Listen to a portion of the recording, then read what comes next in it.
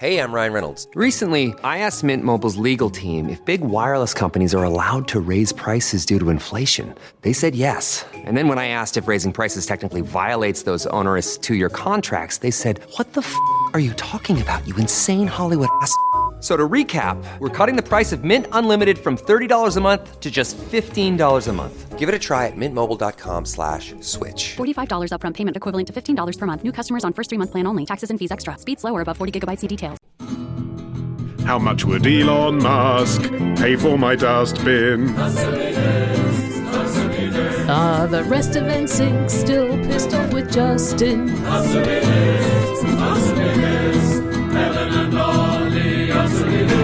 Hello again, dears. Hello.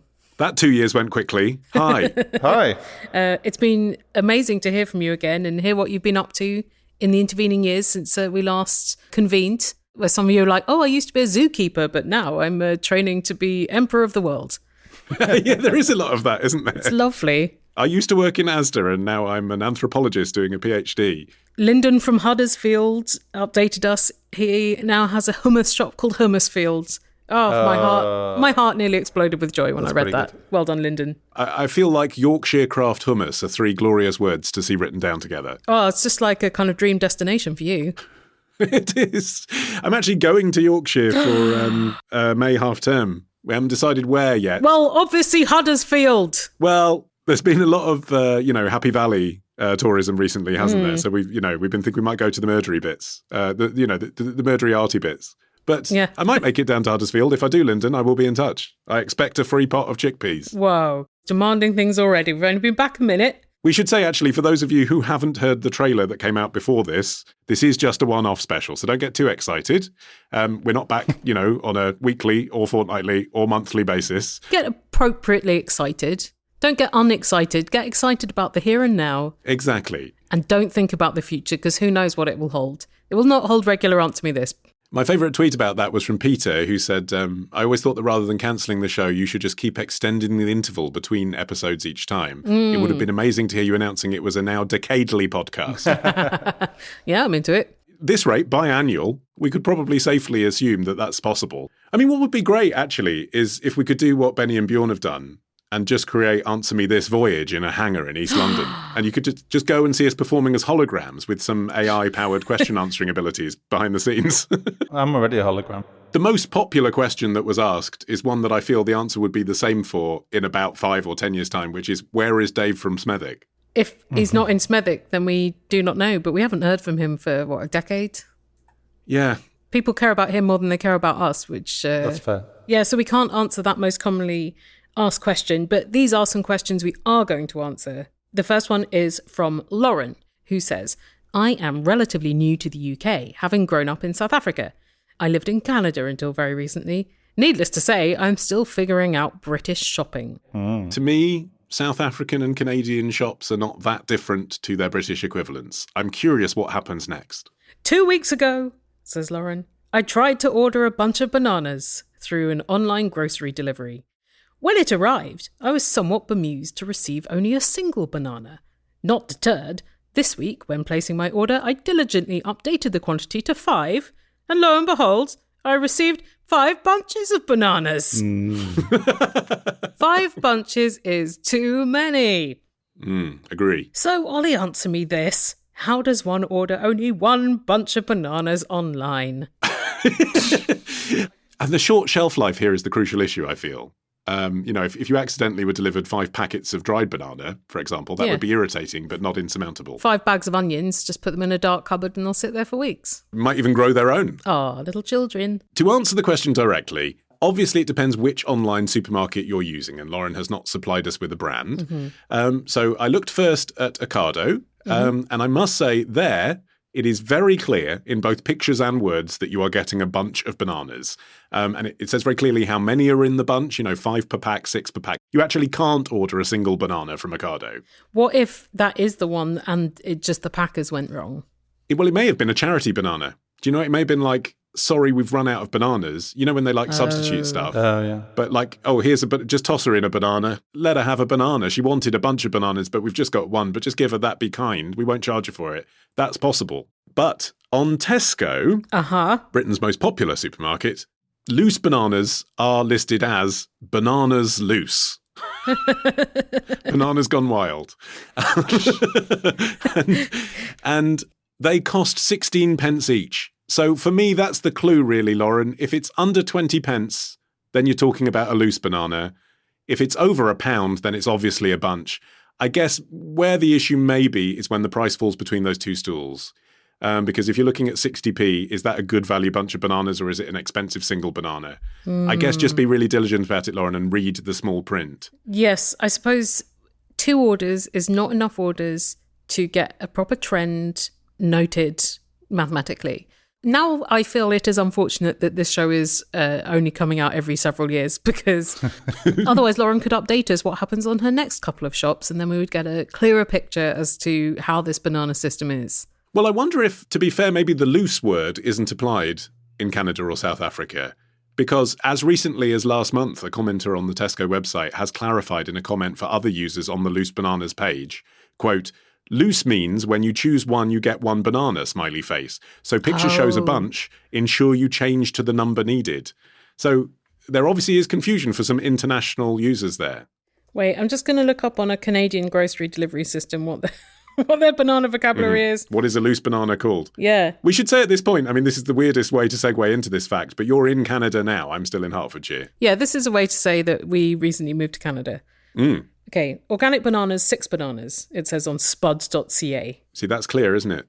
Organic bananas, overripe/imperfect for baking and smoothies, $9. In what quantity? £10 or 4.5 kilograms. Okay, so it just could be this kind of translation issue where indeed, you know, here in Britain, it's that word loose you need to know. Not even seeing an option to buy just a banana. It's 6 or 4.5 kilos. Right. That's it. Those are the increments. I mean, actually, to be fair, Tesco are offering a service there that maybe, you know, other online supermarkets wouldn't. Can you order just one banana? Yeah, but there's a minimum order, so you'd be paying a delivery charge if you did that. But yes, I think theoretically you can, from Tesco, just order one banana to be delivered to your home. It's probably the kind of thing billionaires do, just to make a point. Here is a question from Anonymous in Washington, D.C., who says, I'm about to start a job at the White House. I'm very excited. But, Ollie, answer me this. What do I say when people ask what I do for a living? Is there a way to say I work at the White House and not sound like a jerk? But being vague about I work for the government then makes people dig, and that seems worse. So how do I talk about a fancy job without sounding like a dick? When you're in Washington, D.C., quite a lot of people are going to have fancy jobs and just be fine, like sounding like a bit of a dick. I mean, basically, doesn't everybody in Washington, D.C. work in some government-adjacent job? I mean, even if you're working as a cleaner or a domestic, you're doing it for people who work in government, essentially, aren't you? That's why they're there. If you're talking to people back home, I guess, if you're from a different place where it seems swish that you've even just moved to Washington, D.C., or if you're online dating or something like that, then I guess you could say something like, I don't know if this will translate into American, but the equivalent in Britain would be like, I work in the Westminster bubble, right? I'm part of the London media elite. Something that sounds self-deprecating, like you know that it's being a bit wanky. So I work in the Washington politics bubble might work. Or you could just say, I work in the White House in such a sarcastic way that they think you're lying, but you're actually telling the truth. I think the only gracious way is to be enthusiastic, isn't it? It's to be like, I work at the White House. I'm sorry, I can't tell you more. It's top secret. There you go. Conversation ended. I think being sarcastic about something that other people think is really amazing just makes you seem like a bit of a dick. Exactly. Like when I was on Radio 4 and you meet someone who says, oh, are you on the radio these days? I would never say, oh, yeah, I do a radio show, because then the next question is, oh, what station are you on? And then you have to say, Radio 4, like you know, I don't know if you've ever heard of it, you know, the biggest speech station in the UK. It's easier to say proudly, oh yeah, I'm on BBC Radio 4 and I do this show called this. I've known some people that have worked in similar fancy places. I think one way when you work somewhere like that is just to immediately tell them something kind of weird and mundane about it. Yes. Like you wouldn't believe there's only one toilet in the whole White House. Yeah, exactly, yeah. You look at the other options. Yes, I work for the US government is too vague. I work for the executive branch of the government is wanky. And I work for the president of the United States feels a bit Watergatey. So I think all in all, I work at the White House is the best compromise, and you've already arrived at it. I think so. I think see how these conversations go once you're working there. Maybe that will be your guide to where you want to steer them. But I don't think you sound like a jerk just by saying that. I think people will be so curious if they aren't already working at the White House themselves. It does lead to follow-on questions, though, doesn't it? Of course. If the place where you work is world famous, you then have to brace yourself for 10 questions about it. Afraid so. And that's just the tax you pay for working there, as well as the actual tax I hope you pay. Here's a question from Nick in Leicester, who says, driving down the A120 to visit my parents in the north of Essex, I always pass the road sign for Great Dunmow. Mm-hmm. This sign proudly declares that Great Dunmow is an, quote, ancient flitch town, as if this is something we should all implicitly understand to be noteworthy. So, Helen, answer me this. On the hour of your great unretirement, could you please help me finally discern what is an ancient flitch town and why is that important? This is fun. Okay, Great Dunmow is famous in the flitching circles for having a ritual every 4 years called the Flitch Trials. It used to be annual, but now it's only every 4 years. I think maybe because the Flitch Trials is quite intense. Okay, can I just say, before you reveal what flitching is, obviously it sounds a bit like felching and that's funny. The other thing I'm thinking is it a type of wood? Is it something to do with timber? That's the only vague, association I'm making with that word. You know what? I had that association too. I thought, is it something to do with like a bundle of sticks or something? Right. You know, a broom that they use to whip people through the streets. That kind of medieval English bullshit. No. Well, no, I just thought Flitchtown would be like, the place the wood comes from that they build the homes from or something. Well, it makes more sense than the reality, Ollie. In a Flitch trial, couples must convince a jury of 6 local bachelors and 6 local maidens, just give me a second to retch at the word maidens, that those couples have in a year and a day never wished themselves to be unwed. What? So they've never thought, God, I wish I wasn't in this relationship, or they've never been interested in someone else. And if they are successful at convincing the jury of that, because there are also litigators employed on behalf of the flitch to try to persuade the jury that they should not win the flitch. But if they do win the flitch, what happens is they receive half a pig. The flitch is a side of a pig. Wow. And they're paraded through the town. So it's just like a medieval version of Mr. and Mrs., basically. Yes. And I was like, how does the jury know? Nick, please go to these flitch trials next time they happen in whatever part of the 4-year cycle we're in. Because what are the couples saying to them to convince them it's not something that the jury can test? Although apparently couples have had actual fistfights in front of the jury, which I think would be a giveaway that they are not flitch winners. See, that sounds fun that they still do it, but the problem with any kind of historical reenactment thing, I think, is that the kind of people who gravitate to participating in that are not representative in the way that the initial flitch trial would have been. Right. Especially if it was young couples, that means probably back then in their teens, 14, 15, 16. Whereas now it's going to be 50 and 60 somethings with an interest in history who do battle reenactments, they do crafts. And I just feel like that's fun, but it's self-aware and it's going to feel like you're watching something being filmed for the one show. Yeah, but you still get half a pig. So for a lot of people, the motivation would be that. But this is what shocked me. The Flitch trials started probably in the 12th or 13th century. It's old enough and well-known enough around England to have been mentioned in Chaucer's Wife of Bath Tale and Piers Plowman by William Langland in the late 1300s. So by then, enough people must have known about it that readers or people listening to those poems wouldn't have been like, wait, what's a flitch? Where's the footnote? And then it ran until the 1800s before being revived. But in that time, so several centuries, only 6 couples ever won. And it was annual then. Annual. And then in 1854, there was a very popular novel called The Flitch of Bacon by William Harrison Ainsworth, and the next year the Flitch trials were revived and he donated 2 flitches for the occasion. And the story is that the leading character is marrying different women in order to have the best chance of winning the flitch at Dunmow. So interesting. It's got to be easier just to slaughter a pig yourself than get married several times. It's not unique to Dunmow either. There have been quite a lot of pork-winning competitions nationally and internationally. Also, it wasn't even in Great Dunmow that anciently. It was in Little Dunmow until the 1830s. Oh, what? And then they moved it to Great Dunmow. What a pretender you are, Great Dunmow. Do you know, you could probably go to Great Dunmow, Nick, rather than just driving past it. Yeah, treat yourself. And actually see some relics from the golden era of Flitching. Yeah, I imagine they're proud of it. Because I was in Fishguard last weekend on holiday. Regular listeners to Today in History with the Retrospectors will know that Fishguard was the location of the last invasion of Britain in 1797. Wow. Oh. And we went to the pub. It's called the Royal Oak, which is where the peace treaty was signed between Britain and France. Like, it's a one-story town, Fishguard. Like, there's nothing else going on there tourist-wise.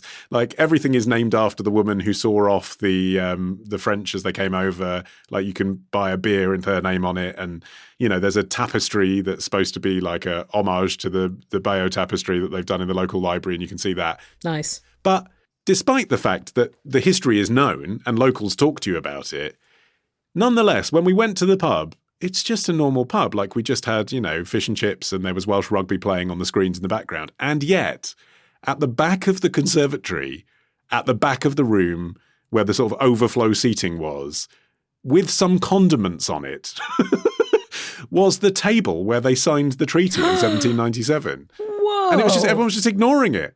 If that was in the States, it would cost $20 to see that table, and it would be behind a velvet rope, and you'd get your picture taken in front of it. And here it's literally being used to hold ketchup. Maybe people have had enough of gazing at the table. Yeah. And if you're exactly, and we were there off season, like maybe if you go in the summer, the tour guides probably do give you a little stop by the table. But, you know, wet weekend in March, just the locals there mainly. They're just like, yeah, we've seen the table. We know the story. Done. We're in an amazing country. Well, you're not anymore. No, fuck you. I'm in an amazing country Gone. where there is just history everywhere. And it's amazing how, like, everyone will have driven past that town and not known what a Flitch town is. And it doesn't matter because you go on to the next town and there's some other mad history involving it if you only look for it. Oh, last year, as part of our moving to Canada experience, Martin and I had to do these English tests where there was like reading comprehension and stuff. And I thought if I had not been already fluent in English from the point where I acquired language, this would be a horrific exam. It would just be so impossible because the reading comprehension was an article about this. I can't remember which town it is. I think it's in East Anglia as well. The Straw Bear, where a local young man is basically put in a more mobile Wicker Man type of deal. Right. But he looks like a series of straw mops and paraded through the town. And then I think the suit is symbolically burnt without the man in it. And it was, to me, like reading a surreal fever dream. If I hadn't been an English speaker and from Britain, so I knew what we're capable of. Yes. I probably would have failed because I would have thought there's no way this reading comprehension can be comprehended. Hello, Nolly. Hello. And Martin, hi. I'm so glad you're all back, even if it is only for one special Passover episode. Great to have you back. It's Shaq from London. So thrilled that you're back. Welcome back. Hello, Dolly. Welcome back. And can you save me? It's Tyler from London. I'm so happy you guys are back together. I've been listening since 2013. I'm so happy to hear that you're back, Helen, Ollie, and Martin, even for one show. Hi, Helen and Ollie. This is Peter from California. Why do I still have your phone number in my head? It's the only British number I have in my head, despite having lived there for a year. It's Simon from Southampton. And can you answer me this? What episode of Answer Me This is this? Can I suggest Season 2, Episode 1? So, retrospectors, what historical events are we ticking off on this week's run of Today in History? On Monday, the anniversary of the day Ozzy Osbourne and a bat came face to face on stage. On Tuesday, we go back to the future with a potted history of the DeLorean. On Wednesday, why is the Pope guarded by those guys in floofy hats? On Thursday, how the Rock and Roll Hall of Fame ended up in Cleveland. And on Friday, was Henry VIII really an asshole, or was it just the result of a jousting accident? We discuss this and more on Today in History with the Retrospectors. 10 minutes each weekday, wherever you get your podcasts. Here's a question from David from Melbourne, Australia, who says, Ollie, answer me this. Why don't Christians keep kosher? As I understand it, the dietary rules are in the Old Testament. Many Christians are keen to point out the rules from the Old Testament about homosexuality, for instance, but not so keen to leave bacon off the menu. Basically, the reason that Christians don't keep kosher was because the cohort that made up the original Christians weren't all ex-Jews, were they? Some were Jews, or Israelites, as they called themselves then, who accepted Jesus as the Messiah. But most Jews stayed Jews. That's why they're still Jews. So the Christians were converting people from other traditions, Gentiles, who didn't keep kosher in the first place. Yeah, and you're really going to lose some points if you're like, yeah, you have to come over to Christianity and also stop the bacons. No prawns. No prawns. Exactly. I mean, we were talking earlier about entire medieval villages kept alive by a pig being offered as a prize. Yeah. Part of the sell was, hey, guys, we've got this it's like New Labour, basically, isn't it? We've got new Jewishness. You still do the Ten Commandments. You still do the Bible stories. You still do the monotheism, although we're a bit sketchy, whether Jesus is sort of a second God. But here's what we haven't got. We haven't got the dietary laws. We haven't got the weird festivals. We haven't got the circumcision. Come on over. So that's really what happened. But there is, of course, tedious blogs explaining why in the Bible there's some clause around this. Briefly, and I've spent too long down this rabbit hole, the biblical explanation in the New Testament is from Acts 10. There is a passage where St. Peter is invited into the home of the Roman centurion Cornelius, and he assures the apostles that they can go into the home of a Gentile because Gentiles are no longer considered unclean. Convenient. Aha, says the modern-day priest. Aha. So there's the inference. If Gentiles are clean, according to the New Testament at this point, then prawns must be fine too. Because prawns are Gentiles. That's basically it. There's no bit where God says that, but it's like a contract, isn't it? It's like a contract where over time people have added clauses, like the landlord originally says, Clause 10 says the tenant must keep the roof watertight, but then years later, 5 paragraphs down, Clause 12, the water tightness does not apply to the roof. It's like that, where a contract confusingly says both things. So technically, Christians are supposed to obey the Old Testament and the Ten Commandments. But what Jesus is doing is saying, look, guys, too long don't read, yeah? Just go for there's one God, love each other. Cut to the Messiah. And go to church. And everything else you can ignore. Yeah, but it wasn't like he did the fishes and loaves of bread and it was actually sausage sandwiches that he fed the 5,000 with, was it? Exactly. There's no indication that Jesus didn't keep kosher. He'd only read the Old Testament. Right, precisely. Or that any of his disciples didn't keep kosher. And actually, I've never read the kosher laws before. So it's been quite interesting researching this because I know what they are because I'm a Jew, but I've never read them in their source material before. Have you ever read them? No. So this is what it says in Leviticus, right? Leviticus is full of shit, by the way. They're no beards, homosexuality is wrong stuff that people really get carried away with. That particular book of the Bible is full of shit. Carry on. It's this passage, right? The Lord speaks to Moses and Aaron and he says to them, speak to the people of Israel, the Israelites, the Jews, saying, these are the living things that you may eat among all the animals that are on the earth. And then there's a long list that just doesn't seem like the kind of thing a God would say. Curly whirlies. Exactly. Nobody is like that. Potato waffles. It's very specific. Whatever parts the hoof and is cloven-footed and chews the cud among the animals, you may eat. So, that's why you're allowed to do beeves. Exactly. Nevertheless, among those that chew the cud or part the hoof, you shall not eat these, the camel, because it chews the cud but does not part the hoof is unclean to you. And the rock badger, because it chews the cud but does not part the hoof is unclean to you. What is a rock badger? It sounds like there was a general rule that, if you chews the cud and parts the hoof, you're fine. Yeah. And then someone had to say, can you stop eating badgers? Yeah, exactly. Why are you eating camels? That's a really useful animal. I mean, I had no idea that God would mention the rock badger before the pig. Do you know what I mean? The pig seems to be the one that divides people these days. No one wants to eat the rock badger. I have found it quite easy to stay off the rock badgers, despite my family being very lapsed. Is that a picture of a rock badger? Yeah, they're sort of like big hamsters. Like I've quokkas. seen some on Table Mountain in Cape Town. Oh.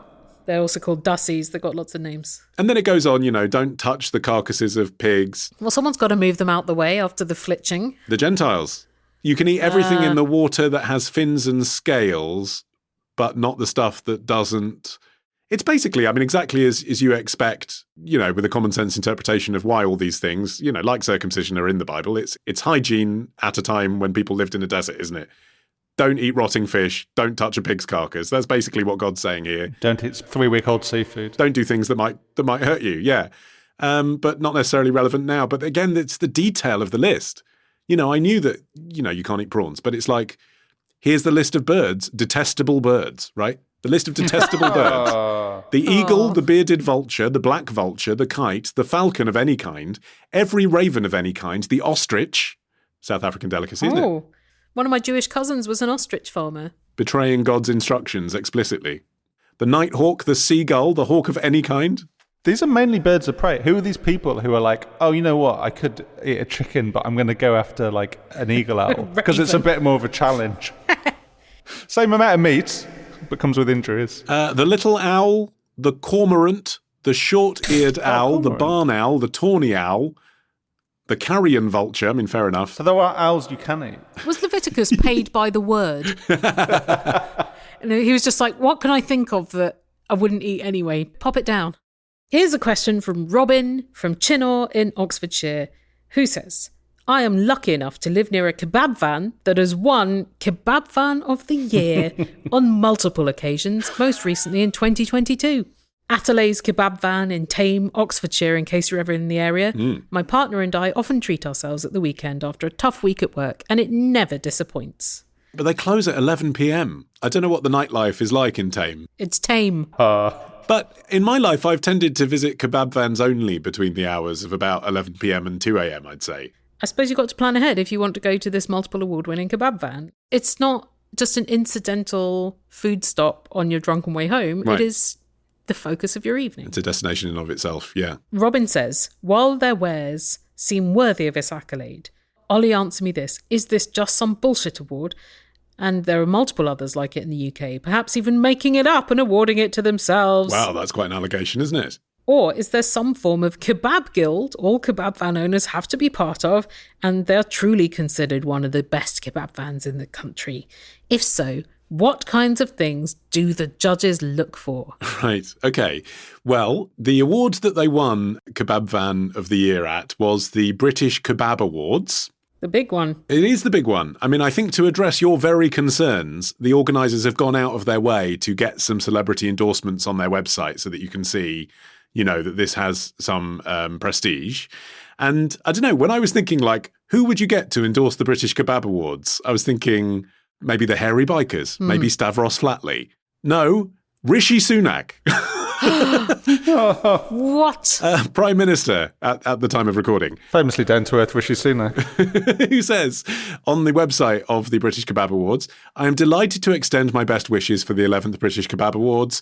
Hospitality in all its forms plays a critical role in supporting our economy, yada, yada, yada. Kebabs are as much part of our culture and heritage as fish and chips and curries, reflecting our broad diversity and our nation's love of food. When was ChatGPT invented? Did he just... I know it has been a very difficult few years, but I'm confident the sector can and will play a leading role in the UK's recovery. I'm not sure kebab vans will really play a leading role in the UK's recovery, but I know what he means. That does sound like the words of a man who has never frequented a kebab van. How can I make this sound like I'm a man of the people, but also a primo economist? Well, in the interest of political balance, I should say, Helen, that Sir Keir Starmer has also endorsed the British Kebab Awards. So he goes a bit further. He says, I want to thank the tens of thousands of restaurateurs contributing greatly to their local community and the fabric of British society. What I find interesting is that the lower down the political rankings you go, they're more explicit about their love of kebabs. Ed Davey, leader of the Liberal Democrats, has also sent a letter to the British Kebab Awards in which he's prepared to be bold enough to say that he eats a kebab. He says, I feel incredibly fortunate to have so many brilliant kebab shops in my constituency of Kingston and Surbiton, where I can pick up one of my favourite doner kebabs, but he doesn't say which. No, he doesn't want to pit them against each other. Whereas the Speaker of the House of Commons, Sir Lindsay Hoyle, has also sent a letter to the British Kebab Awards in which he's much more explicit. Yeah. So he says, kebabs are not just tasty, my favourites being char-grilled chicken or lamb sheesh. They can also be one of the healthier late-night snacks you can eat. True. Many people listening may not be aware of the mobile kebab culture in a lot of British towns. Because when we were at university at dusk, the streets would fill with dozens of kebab vans. Everyone had their preferred one. Sometimes there were two kebab vans parked next to each other and people still had loyalty to one.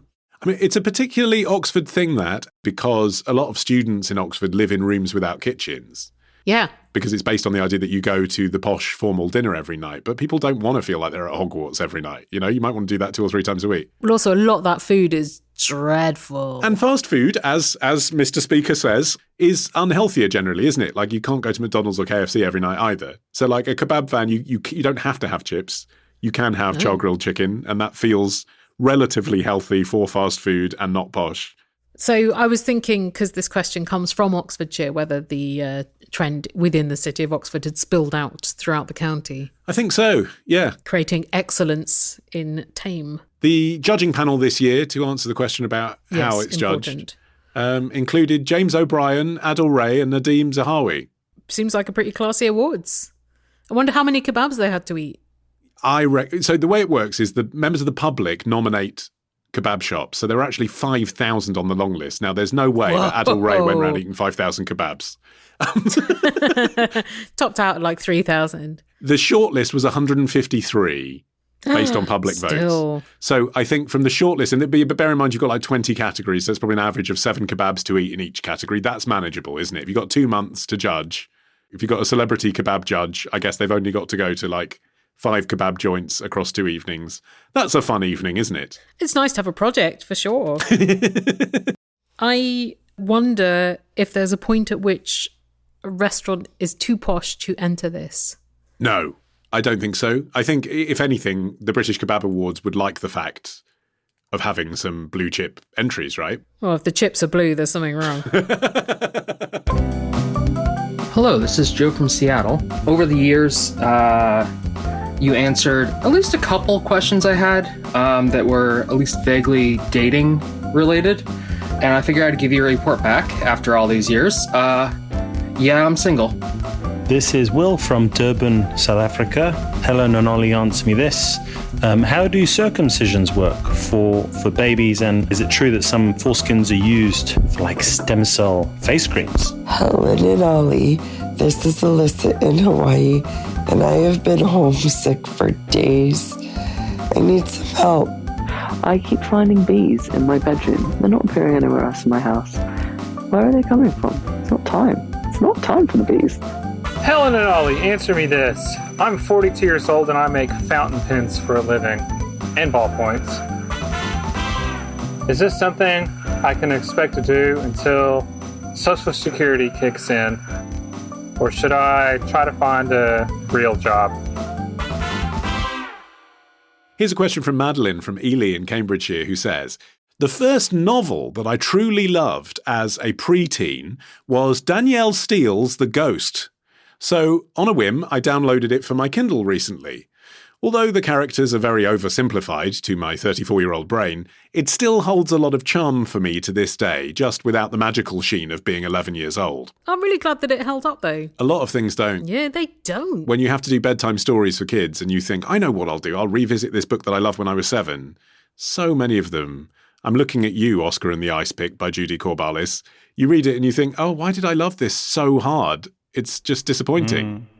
Oh, let me tell you one that totally holds up and indeed opens up more dimensions when you read it as an adult. When Hitler Stole Pink Rabbit by Judith Kerr. Okay. Who also did The Tiger Who Came to Tea. Yes. I reread it last year because I was on a podcast hosted by Janet Ellis of Blue Peter where you... Oh, what a dream. You choose a book from your childhood and then you both read it and it was brilliant. It's great. Strong recommend. Janet Ellis loved it. She's a class act. She really is. Helen, answer me this. How the hell has Danielle Steel written so many books? Yeah. Does she have a ghostwriter or several? Apparently not. There are snippets on the internet saying she claims to write 20 to 22 hours per day. What? But this seems unsustainable. It does, doesn't it? Seems unsustainable to you, Madeline from Ely, Cambridgeshire, but you haven't written 200 books, have you? Genuinely, from what I've understood from my research, Helen, and I think you probably agree from your intervention when I was reading the question, she doesn't seem to use ghostwriters. I mean, genuinely, none of them have come out and said, I've ghostwritten a book, and there would be a story in so doing. Yeah, and often you do know that, like, Francine Pascal, who did the Sweet Valley High series, has a load of people. And, like, is it James Patterson? Who's the guy who writes the Jack Ryan stuff? That's even cited as an example in self-help entrepreneurial books that I've listened to. Tom Clancy, yeah. Do what Tom Clancy did. Build yourself a brand and then you don't have to write the books. It's like, it's supposed to be a model you can imitate. Yeah, well, another thing that Danielle Steel does not do is sequels. She only writes like fresh novels. Like some of them apparently have thematic overlap. And to be fair, if you've written more than 190 books, that seems like how many spins on human life are there after a point? So she was born in 1947. She first published in 1973. She's written over 190 books. She has also raised 9 children. She's someone who gets a lot done. Yeah, I mean, genuinely, the business about not needing much sleep. She says that she only needs 4 hours sleep per night. Again, why would she lie about that? If that is the case, then that does make sense. Like, you can get a lot done, but it's not good for you. I think people lie about it because there's considered this virtue in overwork. Yes. Yeah, Protestant work ethic. So there is a genetic mutation in the gene that regulates circadian rhythms, which apparently fewer than 1% of people have, but it's possible she has it. No one has officially checked, I don't think. People with that mutation wake up after 3 to 4 hours sleep feeling fully refreshed. But she said that when she was raising her children when they were small, she would often work at night because that was the only time she had. And she had to really do as much as possible with that time. And that's why she got used to not having much sleep. And then the publishers were like, can you write more books? She was already writing about 4 a year. So she upped it to 7. And they all sold really well. I think every one of her books has been in the bestseller list. Extraordinary. But she works on up to 7 books at the same time. She releases several a year, and each book takes 2.5 years. So she's working on a lot of them at the same time and like researching one while like editing another. And she just talks a lot about how she has a lot of energy. She doesn't have any hobbies. So she'll just sit at her desk with her typewriter, just hammering out books, and that's all she wants to do. And she'll be like, meals are brought to my desk. My nails often bleed from all the typing. I sometimes don't comb my hair for weeks. And I start the book and I don't leave the desk until the first draft is finished. She just seems to be very into writing all the time. And she said, when I was first starting out, I had the same agent as Agatha Christie. I was about 19 years old and she was in her 90s. I met her once and I remember she said, I want to die face first in my typewriter. And I feel that way. I mean, I want to go on forever, just writing. Wow, lucky agent, huh? Who gets Agatha Christie and then Danielle Steel coming up as a teenager? That's ridiculous. Holy shit. I'm not sure she's with that same agent now. It sounds like she had a few shitty agents at the beginning that don't believe in her, but then she's been with the same one for decades. And also her mentor at the beginning was Alex Haley, who wrote Roots.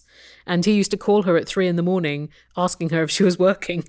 And she'd be like, yep. And he'd be like, good for you, and then hang up. I was reading about this idea of being asleep for just 4 hours per night and what that might do to your brain. And one of the things it might do is just make you feel a bit spaced out, a bit drunk, which I recognise from when I worked overnights. And yeah, honestly, I've never read any Danielle Steel before, but it does read a bit like someone was a bit drunk when they wrote them. Thanks to Google Books, obviously, now you can just dip in preview mode just to see what the writing's like. So I randomly chose 2 titles, Big Girl and The Affair. Uh-huh. And check this out, because in my mind, Big Girl sounds a lot like The Affair. So here's the first sentences of Big Girl, right? Jim Dawson was handsome from the day he was born.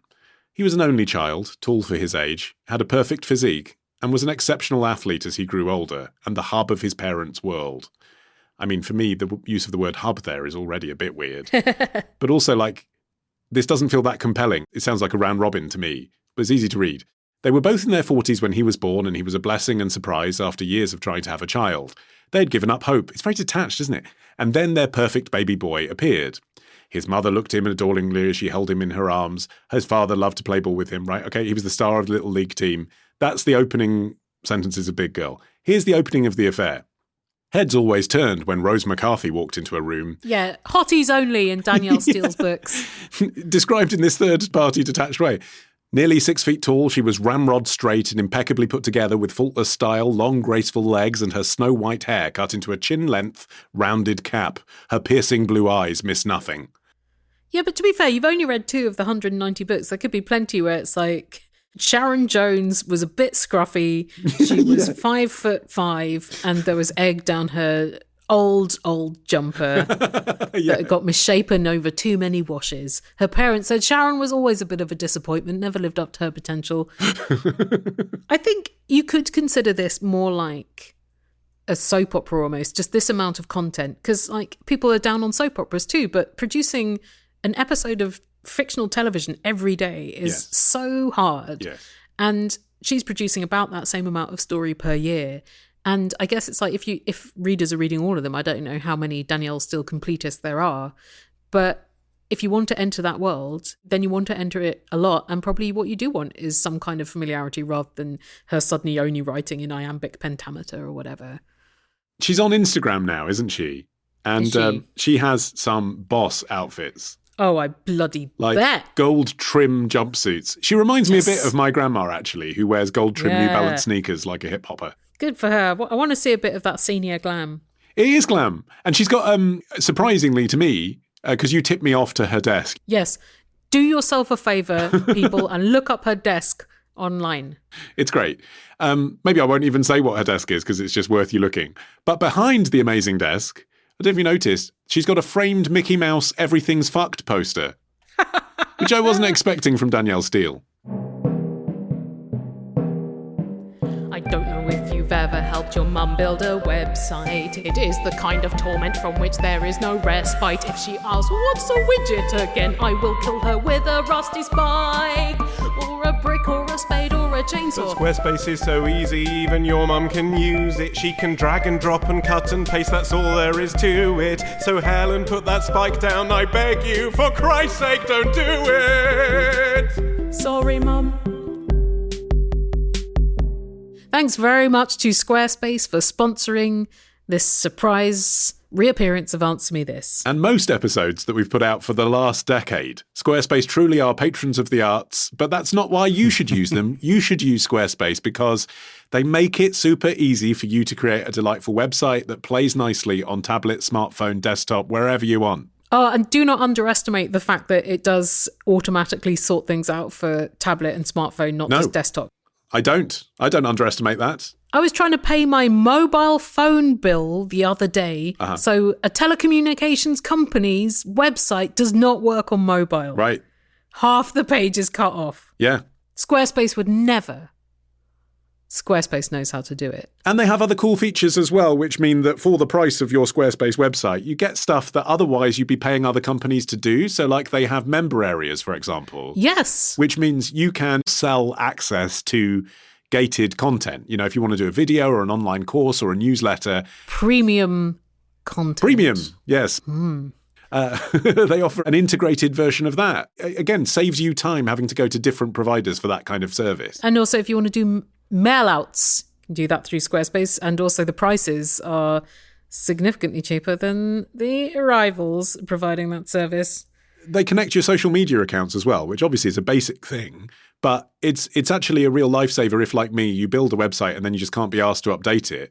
You can sync up your Twitter and then it looks like you're always posting news. Wow, Ollie Mann's website is always so fresh. Exactly. Don't take it from us, though. Head to squarespace.com/answer for a free trial. And when you're ready to launch, use the offer code ANSWER to save 10% off your first purchase of a website or domain. Helen and Ollie, this is Stu from London. I want to know what's in a can of Four Loko. It's like some spirit drink that's sold around the USA, but it was banned in a load of places. I don't know why. But basically, me and my friends had one can each, and in a hotel room in Miami, and it just sent us so loopy, we didn't even leave the place. We ended up rewriting the Bible and crying with laughter so much that we couldn't even breathe. And my other friend had 4 cans of it, which I warned him not to, and he ran out the hotel completely nude, came back with a giant lamp. But yeah, what is Four Loko and why does it make people go nuts? Thank you. Bye. Four Loko is one of those drinks that I see Americans reference as if we're all supposed to know what it is. Right. Well, until very recently, you couldn't get it in the UK. You now can kind of in a reformulated version, but only online. 2.5 Loko. Yeah, exactly. And you'd need to know what you were buying and you'd need to order it to your home. So, I mean, that's not quite the same as being able to pick it up in a convenience store. It's a premium malt beverage with natural and artificial flavours. It's like the Ryanair of Alco-Pops. So it's like Ryanair are like, yeah, we're going to give you a fucking terrible experience and we don't care because that's our selling point is we're cheap. Like Four Loko is, you're buying this to get hammered. So it's not healthy. We won't tell you what's in it, but you will hit the floor when you drink it. That's what Four Loko is. But are basically really highly alcoholic, spirit-based Alco-Pops. What they call a hard soda or hard seltzer or sometimes canned cocktail. Yeah. The cans certainly do not have the graphic design that suggests they're trying to reach the, like, classy cocktail in a can market. No, it's like the Manny Jacinto from the Good Place market, isn't it? Oh, that they're going for. Yes. So, like, for UK listeners, the closest thing we have here would be like a pre-mixed G&T. That's a bit like, I'm going to a picnic concert at Kenwood and I want to pop to Waitrose and have something on the Thameslink before I get there. That's not this. This is college bros. Yeah, that's the look, isn't it? Yeah. Yeah, and it was, in fact, the company was founded by 4 friends, I think, or 3 friends at university. And it was designed to mimic Red Bull and vodka, which was their favourite drink, in a can. But it was double the strength of that. So the original recipe of Four Loko, it's vodka, basically. It's vodka and sugar and carbonated water. But the original recipe of malt liquor and caffeine was apparently the equivalent of 4 to 6 beers, an espresso shot, and a Red Bull in a can. Oh, my God. They say that it no longer contains caffeine, guarana, or taurine. But it had all of those things in its original formulation until basically the FDA stepped in. Yeah. That's it, yeah. So what happened is basically teenagers were obviously drinking these because they appeal to kind of 15-year-olds, 16-year-olds who get their hands on it because it tastes like a soft drink. And then the caffeine in it was preventing them from passing out. Whoa! So normally what happens is if you drink too much at that age, you pass out, and that's your body's way of trying to save your life. Right, so you can't drink more. Yeah, but the caffeine was masking the effect of the alcohol, so you drink more than you otherwise would. You don't black out and you end up in hospital. And that's where it got its nickname, blackout in a can, from. Oh, dear. That's really gross. But yeah, the FDA did step in 2010, so what you can buy even in the States now, even this thing that Stu has had, is within legal limits. It's just a particularly hard one. So it's 12% alcohol. Oh, the one I'm looking at is 14%. I'm looking up their website because the way they describe the flavours is intriguing. I'm looking at the can of red, which is 14%. And they say, we're not going to tell you what red tastes like. You'll just have to try it yourself and see. But you've definitely tasted this flavour before. That's it. Oh my That's God. what you get. Like when you vomited up last night's curry. Yeah, when you accidentally bit your tongue as you hit the gutter. What's 14%? Is that the equivalent of like a strong glass of wine? I can't quite figure it out. No, it is. If you down the whole thing, which let's be honest, that's what it's designed to do. Yeah. It's the same booze quotient of a bottle of average wine. Shit. Right. Gold flavour tastes like gold. Not much more we can say. It's like Brooklyn Beckham's photo book captions. Do you remember though in the I think late 90s when they started marketing Alco-Pops? Yeah, hooch. Bacardi Breezes. Yeah, Bacardi Breezer was my order when I was 16. Yeah. And people really outraged, whereas those were probably like quite a low percentage compared to Four Loko. Yes, and actually those products have stuck around, haven't they? And one of the reasons for it, I think, is that you can measure how much alcohol you are drinking. It's quite difficult if you're getting measures of cocktails, but if it's a pre-bottled thing, it used to be only beer could you see exactly what the alcohol content was because it's in a bottle. But actually, if it's a bottled Bacardi or Martini or whatever, you can actually see exactly what it is. It can be more responsible drinking rather than irresponsible. Okay, kids, make sure you drink a Four Loko rather than water because you can't be too careful. That's definitely our advice. Here's a question from Anonymous in Texas. Another anonymous question, so this has got to be some dangerous stuff. Is so juicy that it cannot have a human name on it. Ollie, answer me this. Why is it called a hoedown? Is it because farmers put their hoes down to dance or sing? What even is a hoedown? I mean, actually, it's interesting because I remember thinking the exact same question when I was last riding Tristan the Tractor. Who's he? He's a children's attraction here in Hertfordshire, which I've been on literally dozens of times because it's about 20 minutes from my house. And it goes round in a circle round a farm at Willow's Activity Farm, and it plays songs at you if you're happy and you know it, that sort of thing. And one of the songs it plays is A Farmer's Hoedown. And I was listening to that in the sideways rain, sort of pretending to my children that I was enjoying it. And I was thinking, what is that connection? Because they've obviously gone for like a farm vibe at this activity farm. Yeah. Country and Western music originally comes from rural communities. Were they literally wielding hoes when they were dancing? Is that what it is? But no, but sort of yes. Huh. So the reason it's called a hoedown is because the dance style mimics hoeing corns and potatoes. Oh. Which you'd think would be a bit of a busman's holiday when you're a farmer, to go on the dance floor and then do what you've been doing all day. Maybe you want to do what you know. Well, I suspect it's more like a polite way in the 1800s to be like, he's shaking his ass. You know what I mean? Like, he's doing a hoe dance, but that's what he's doing. It looks like you're digging potatoes where you're shuffling your bum in a lady's face. That's what you're doing. And then it just later came more broadly to mean a party featuring lively dancing to folk music. An illustrated history of Monroe County, Iowa, published in 1896, states, and I quote, "Hoedown, such is the name commonly applied to the free-for-all public dance. While those who participate in the hoedown are by no means rude or scantily civilized, yet at the public dance house they come in contact, and for the time being at least, are placed on the same social level, with persons of both sexes whom they would not recognize on the street or in the home." So it was sort of like a great leveller. It was a nightclub, wasn't it? Everyone levelled by dance. I feel like I'd enjoy a hoedown. Yes, it sounds good. So no actual hoes present. No hoes present, but people that had, in very recent times been holding hoes. Possibly just let go of their hoe to come to the hoedown, but they didn't bring the hoe with them. Leave your hose outside.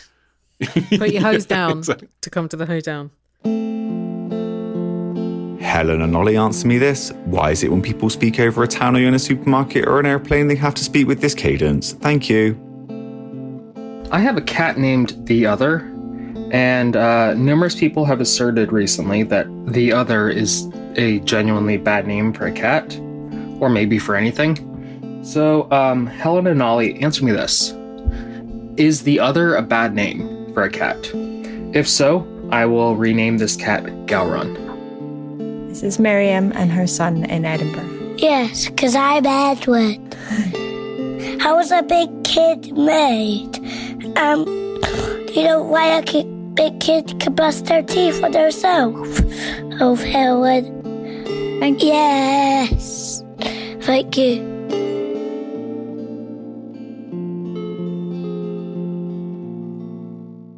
Time for a question from Zoran in Washington. Strong name, strong state.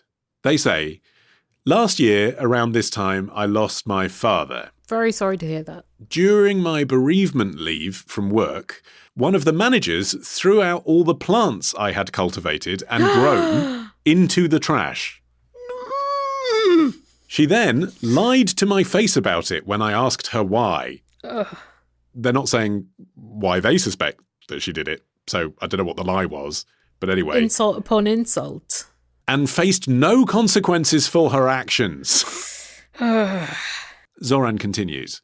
In some ways, this was a good thing, as it caused me to reassess my priorities, and I left that job for a new career. Wow. Things are going well for me all around. Glad to hear it. Yeah, very glad to hear it. However, I've not been able to really let go of my anger towards this person, and at her cruelty for throwing away something I'd worked on for years while I was on leave for losing my dad. And then they put parenthetically, it was a retail job and the general manager of the store wanted the plants displayed. Okay, so it wasn't coming down from the general manager, it was just this one person acting alone with malice. So, Helen, answer me this. How do I get over this? How do I simply let this go? Every time I think about it, my jaw clenches and I get quietly and softly angry. I'm really upset for you. This really sucks. On top of the grief that you already had, it's just another completely avoidable source of hurt and disrespect. Unlikely, though, isn't it, that the manager thought about that? I mean, she may indeed have been taking advantage of the fact you were on bereavement leave from work to do this, but not because you're grieving, but because you're on leave. I mean, if you'd been on holiday, she probably would have done the same thing. She probably didn't think this will compound their emotions. Yeah. When I was on bereavement leave for my dad dying, LBC replaced me with Nigel Farage. Classy. I felt that more because I thought, God, they took the opportunity when I wasn't there to have him, of all people, sit in on my show. Yeah. But I mean, broad brush, that was probably an inevitable thing that would have happened anyway. And they weren't thinking, oh, well, his dad's dead, so let's do it now. They were just thinking, we've got a spare slot on Saturday, let's do that.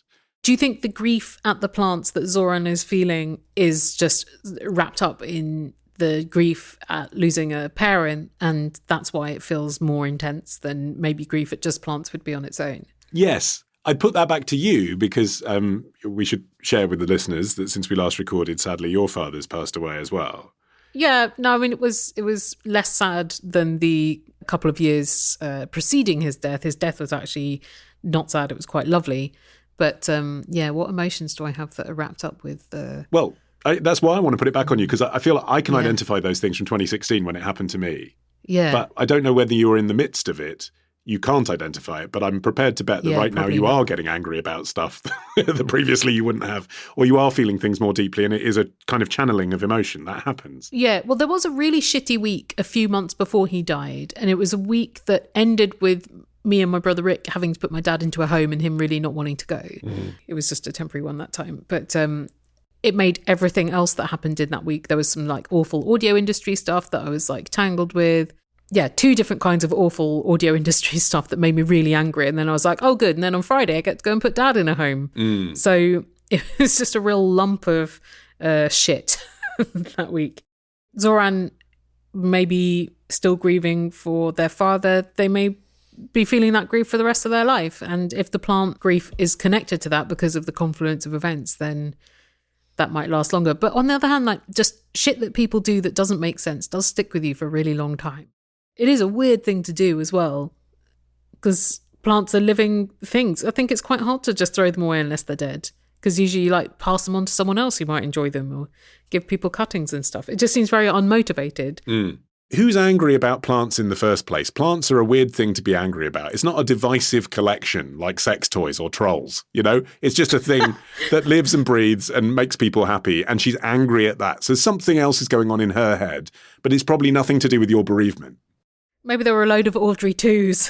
Yeah. She was like, I'm withered and dry, I've got no blood left. Is what is keeping you in this angry state? Is it that you want an apology and you want some acknowledgement from that person of your feelings and that this was a shitty thing that they did and it hurt you? Yeah. Because unfortunately, it sounds like you're unlikely ever to get that. I think what happens is that just over time, you learn how to live without having got that kind of closure or that kind of recognition of wrongdoing. But it can take years. When my dad moved out of his parental home, his mother threw away all of his records without asking. She was like, oh, I thought you didn't want them anymore. And he's like, no, constantly, like, why would you think that? And they'd meant so much to him because in South Africa, it had been quite hard to get much up-to-date anything at the time. And I don't think he ever got over that. Whereas, do you think she was just thinking, I'm not really a Bob Dylan kind of girl? I don't know whether it was malevolent or just thoughtless or what. I think it's right that Zoran has said in the question, at least, how do I let this go? Yeah. Recognizing that it is up to you. Like, I think, you know, my mum's a hypnotherapist. She'd say something like, what you need to do is imagine this person who's made you so angry and imagine them getting smaller and smaller and smaller until they're insignificant and then they float up like a balloon into the sky. Things like that. So they're eaten by a flesh-eating plant. Well, that's it. I'd probably go a bit harder than that and like write an awesome vengeance story about stabbing her to death. But don't do it. Just get those emotions out in your head and then feel like you've had that moment. It's happened. It's done, you know? Do you think, actually, that this former colleague took all the plants and they're now all in her house? Oh, wow. She was like, those are some real nice plants. I'm going to take this opportunity and then I'll tell Zoran I threw them away. Here's a question from Jane in New Zealand who says, I have an 11-year-old Labradoodle, and ever since he was a puppy, he has loved to gobble up my snotty tissues. Fortunately for him, I have allergies and a leaky sinus, so there is a ready supply. He will go to such lengths to procure these snotties, she's put that in inverted commas, that's what she calls them, that I've ended up just handing them to him rather than risking him injure himself trying to extract them from the rubbish bin. A couple of years ago, we got a second dog, a Shih Tzu. Initially, she showed no interest in my used tissues, fancy that. But suddenly, she's almost as keen as him. So Helen, answer me this, why do my dogs want to eat my wet snot? Will they figure out it's inside me and try to eat me too? And is it as gross as my family tell me it is that I've let them have my sodden tissues? I think sodden tissues are gross inside and outside of a dog's digestive system. Right. They're just a gross item, which is one reason why I do appreciate handkerchiefs, because they are less gross as well as reusable. My dad used to carry a clean hanky every day. He also used to wear his trousers very low slung. So he'd come home from work in the evening with a handkerchief dangling out of his very low slung back pocket. And one of the dogs would steal it. And when she was a puppy, she used to swallow them whole, which is quite a large amount of her puppy body filled with handkerchief. Jeez. But then she would just shit them out whole. I suppose that's the advantage of a cotton hanky rather than a Kleenex. You get it back. You get it back. I don't think it's great. We've talked on the show before about dogs eating bras and socks and things, and it's not ideal, but Yes. they will do it because they do love to eat things that smell or taste of you, their beloved human. Is that what that is? It's one of the reasons why. There's actually lots of reasons. I think also the grossness to dogs. Dogs are very comfortable with eating excretions like fox shit and stuff. Yes. It's also the softness of the tissues, apparently. It's not the flashy visuals that you just mentioned. It's that it's sort of stoking their hunting instinct where there's a little soft thing that they can rip to shreds and then eat. But if dogs crave paper, it may mean that they have some kind of nutritional need that is not being met. There's a medical condition called pica, which makes people as well, not just dogs, crave substances that we don't consider edible. Like you hear about people that have been eating earth or metal, things like that. And it might be a symptom of anemia or zinc deficiency, or in dogs, it could be that they have some kind of digestive problem. Maybe they have worms or diabetes or something that's making them really hungry. Or it could be anxiety. Really? Yeah. But excitingly, to me particularly, since we last podcasted together, Ollie, big event in your life. Tells you how parochial my life is. Hey. But yes, we've got a puppy. We've got a puppy in our house. Yeah. What's his name? His name is Buzz. Cute. Yes, it is. It took a while to get to the right name, but I feel like that's cross-generational appeal. You know, grandparents think Aldrin, kids think Lightyear. Yep. Smart. Indicates some sense of energy, which you want from an eager puppy. He's a black tan poodle crossed with some sort of terrier. I was about to say he's exactly what I feared, but I do love him and he is cute. But I mean, I've never been a dog person because for me, they're just a bit stupid, and that's what he is. Like, he's super clever in terms of he can learn something. Yeah, but there's no discernment, Helen. Like, he's not choosing to be with me because he likes me. He just is programmed to like me. And regardless of what I do, like feed him my snotty tissues, he'd continue to be there. And I just find that a bit much. Someone doesn't want unconditional love? I don't. I want to earn it. Hi guys, this is Nick from Surrey calling. About 5 or 6 years ago, my family decided to take my grandparents to see Burt Bacharach and his band in concert at a prestigious London concert venue that shall remain nameless, but which apparently has amazing acoustics. When we got there, it was quite clear that it was going to be filmed for television, even though we'd had no notification that it was going to be. Burt Bacharach came on. He was introduced by Michael Grade, who decided to warm up the crowd by spending about 15 minutes talking about himself and how his life was supposedly steeped in show business. When the music started playing, the music was really, really loud, and the singers kind of struggled to be heard over the band. But when Burt Bacharach and Michael Grade had their conversations in between the songs, we couldn't hear them, essentially. Small ripples of laughter went up from each anecdote, but only in the first 5 rows of this giant concert venue. We were pretty close to them, and we couldn't hear what they were saying at all. And song after song happened, and then in between it kept coming back to them, and no one could hear what was being talked about. And slowly there were signs of dissent in the room. You could see people leaving their seats and going up to kind of ushers into the big giant tech desk, and they were just literally being ignored. And people were very patient, and it got to the second half and we just assumed that they were going to fix this. And when it came back for the second half, it carried on again until people started shouting out. And they said, sorry, we can't hear you, we can't hear you. And eventually Burt Bacharach stopped talking, and a lady said, sorry, we haven't heard anything you've said so far tonight. And Burt Bacharach made a kind of weak joke and said, oh, you know, that's a shame because it's been good stuff. And that got some applause. But again, only in the first 5 or 6 rows apparently they chalked it up to Michael Grade, old Mr. Show Business, not turning the mics on before they went on. But I don't think that's true at all. I think it's entirely down to the fact that the BBC were there filming it.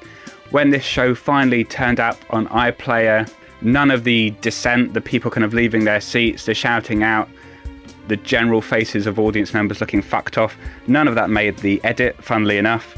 So, Helen and Ollie, answer me this. Is this what happens every time a music show is filmed for TV?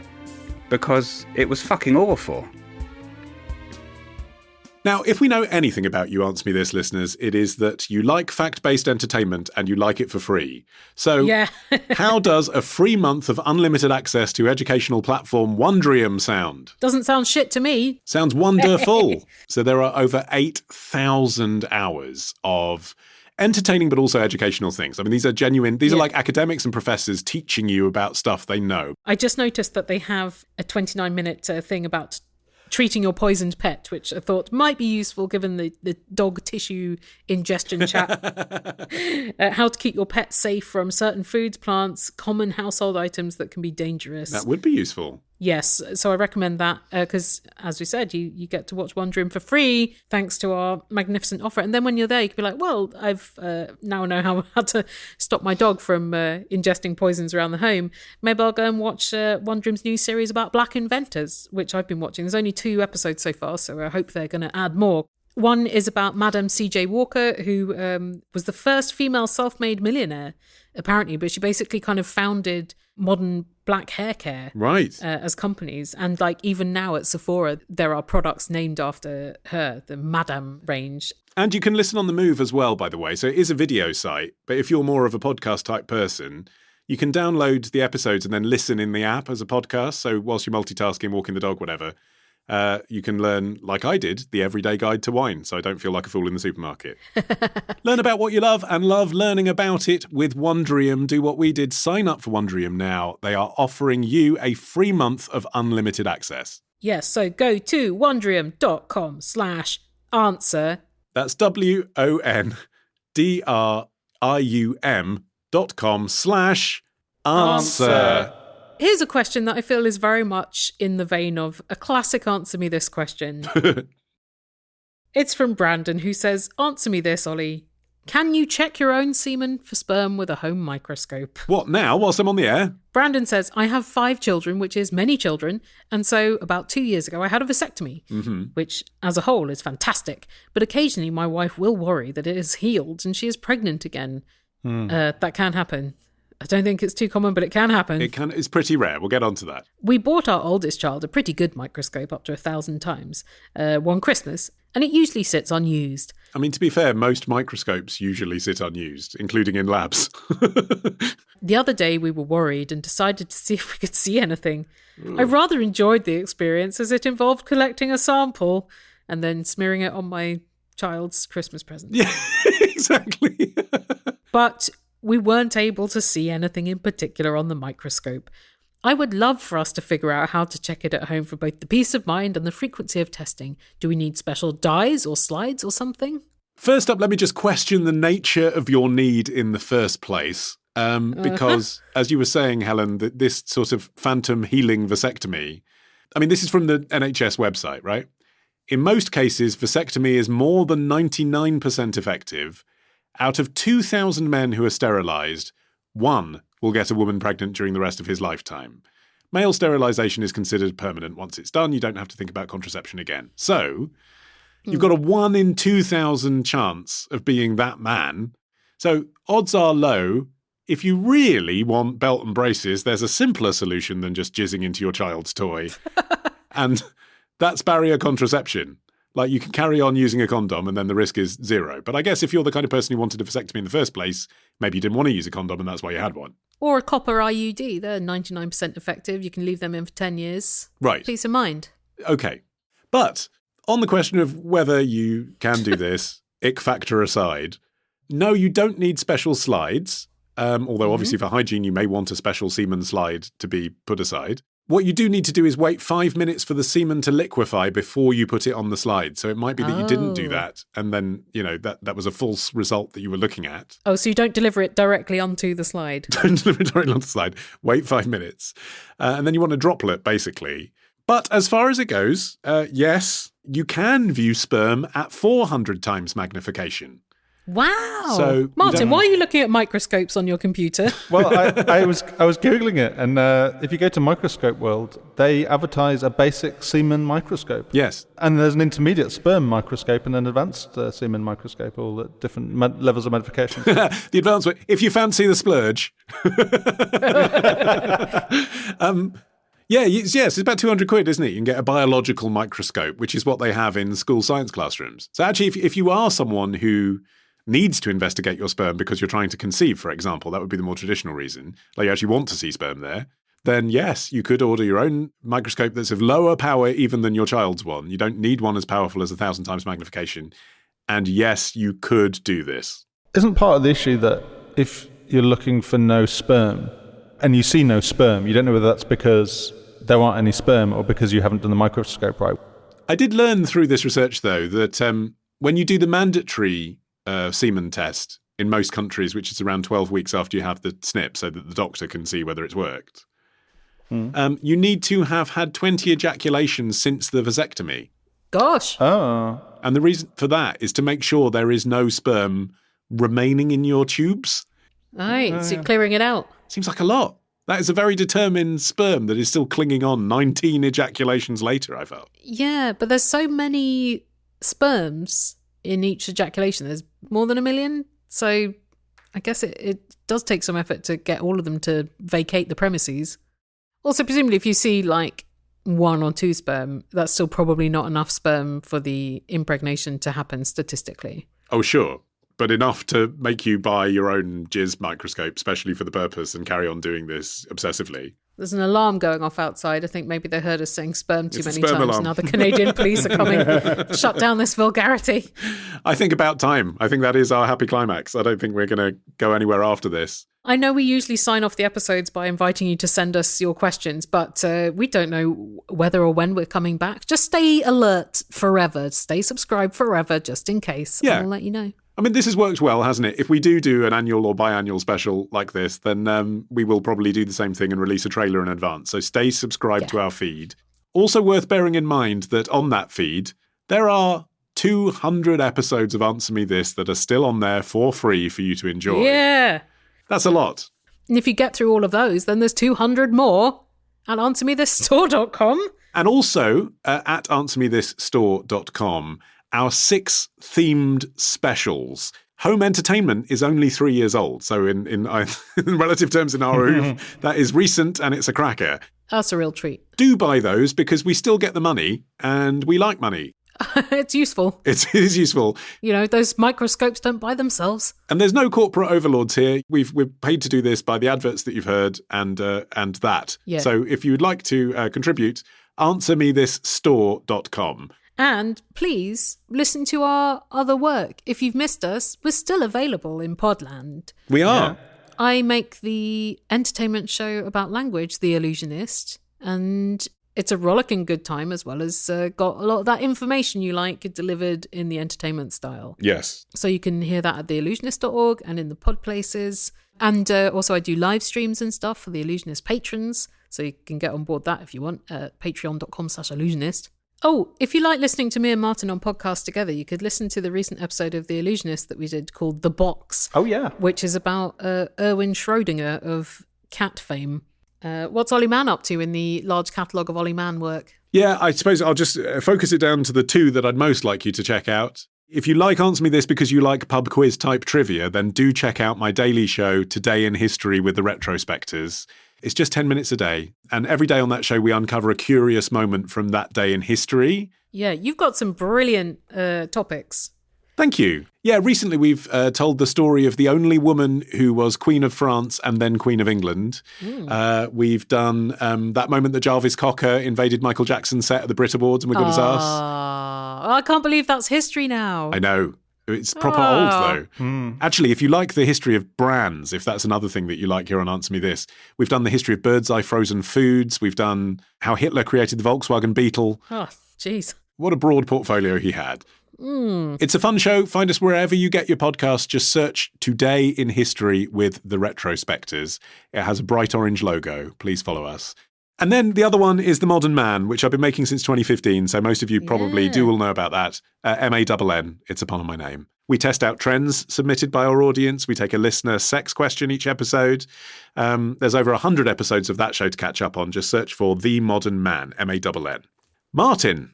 Well, I make a podcast called Neutrino Watch, which is sort of experimental fiction that regenerates every day thanks to computer code. And there's music and there's stories and monologues and all sorts of things made by me and Jeff Entman. I'm in the final year of a podcast called Song by Song, which is about the music of Tom Waits. So final year because you've gone through all of Tom Waits' back catalogue? Yeah, we've got a couple of films, then we've got his final album, or so far, from 2011, and that's going to happen this summer, and then we're finished. We've had some really great guests on recently, like Jeffrey Craner from Welcome to Night Vale, and musician Krista Couture, and poet Tim Clare. So do listen at songbysongpodcast.com. Yeah, don't forget about us, but do come back if Answer Me This ever reappears in your feed again 5 years from now, 50 years from now, when we're ghosts in 300 years. And we always used to end by saying our website in tandem, so I feel we should do that. There is still stuff on there you might be interested in, like links to all the things we've just said and some words. Oh, yeah. Loads of stuff. So that website is answermethispodcast.com. Sounded just as delightful as ever. As did your questions. Thank you for those, and see you again one day on the internet. I hope so. It's been fun. It has been fun. Bye. Ellen and Ollie, answer me this.